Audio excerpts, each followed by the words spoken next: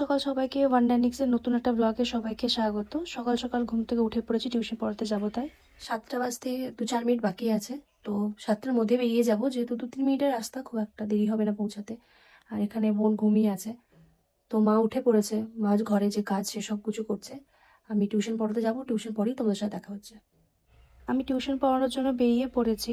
তো দেখতেই পাচ্ছ এখানে আমি পৌঁছে গেছিলাম টিউশন পড়ানোর জন্য। তো ওকে পড়াচ্ছিলাম আর কাকিমা চাও দিয়ে গেছে। বাড়ি এলাম, এসে দেখছি মা এখানে টমেটো মাখা করেছে আর আমাদের স্পেশাল ডিশ সব সময়কার বেগুন ভর্তা। তো আজকে হয়ে গেছে বেগুন ভর্তা। যেহেতু মটরশুঁটি সিজন শেষ হয়ে গেছে, তো কিছুটা এখানে মটরশুঁটি কিনে নিয়েছি। তো এখানে বোন এগুলো ছাড়ি ছাড়ি রাখছিল যাতে পরে ওগুলো ব্যবহার করতে পারি যখন সিজন শেষ হয়ে যাবে। আর এদিকে দুধ দিতে এসেছিল, তো সেটা আমি নিয়ে নিলাম। আর বোন যেহেতু দেখলে সেদিকে রেজিস্টার লুক করে এসেছিল, তো জিনিসপত্রগুলো একটু অগোছালো হয়েছিল। তো এখানেও বসে গেছে সেই জিনিসগুলো গুছাতে। যেহেতু শিবরাত্রি ছিল, তো ঠাকুর স্থানটা এখানে অনেকটাই নোংরা হয়েছিল, মা পরিষ্কার করে নিচ্ছিল। তারপর একটু মা বেরিয়েছিল বাজার করতে, দিয়ে এখন ফিরছে। জল খাবারটা তাড়াতাড়ি খেয়ে নিচ্ছি। ব্যাংকে ফোন করেছিলাম, যেহেতু এখান থেকে ব্যাংকটা একটু দূর, যে ব্যাংকে আমি যাব।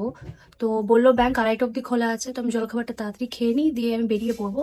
তোমরা ব্লগটা দেখতে থাকো। আমি তাড়াতাড়ি স্নান করে চলে এসেছিলাম, যেহেতু 2:30 অবধি ব্রাঞ্চ খোলা থাকবে, তাই জন্য রেডি হয়ে নিচ্ছিলাম এখানে। আর বাইরে যেহেতু রোদ, তাই সানস্ক্রিন মেখে ভালো করে চুলটা আঁচড়ে নিয়েছিলাম। এবার আমি বেরিয়ে যাব।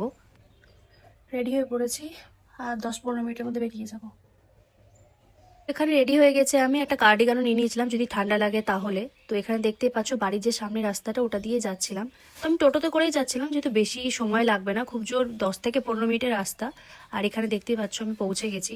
আমার মোটামুটি কাজ শেষ হয়ে গেছিলো 10-15 মিনিটের মধ্যে। এখন ফিরছি। এই যে পাশে দেখতে পাচ্ছ আমার বাঁ দিকে, এটা আমার স্কুল ছিল একটা সময়, তাই ওটা পাশ দিয়ে যাওয়ার সময় আমার ভীষণ ভালো লাগছিল। তো আমি বাড়ি পৌঁছে গেছি, দেখতেই পাচ্ছ এখানে। এক্ষুনি বাড়ি এলাম। রোদ ছিল ভীষণ, গরম লেগেছে, একটুখানি আরাম করি। কিছুক্ষণ পরে এখানে দেখলাম আচার কাকু যাচ্ছিল রাস্তা দিয়ে। তো আমার কি মনে হলো আজ আচার খেতে ইচ্ছে করছিল, তো আমি গিয়েছিলাম কুলের আচার নিতে আর তেঁতুলের আচার নিতে। তো আমি বিভিন্ন আচার যা যা ছিল সব দেখছিলাম। তো মা বললো আপাতত এখন কুলের আর তেঁতুলটাই নিতে।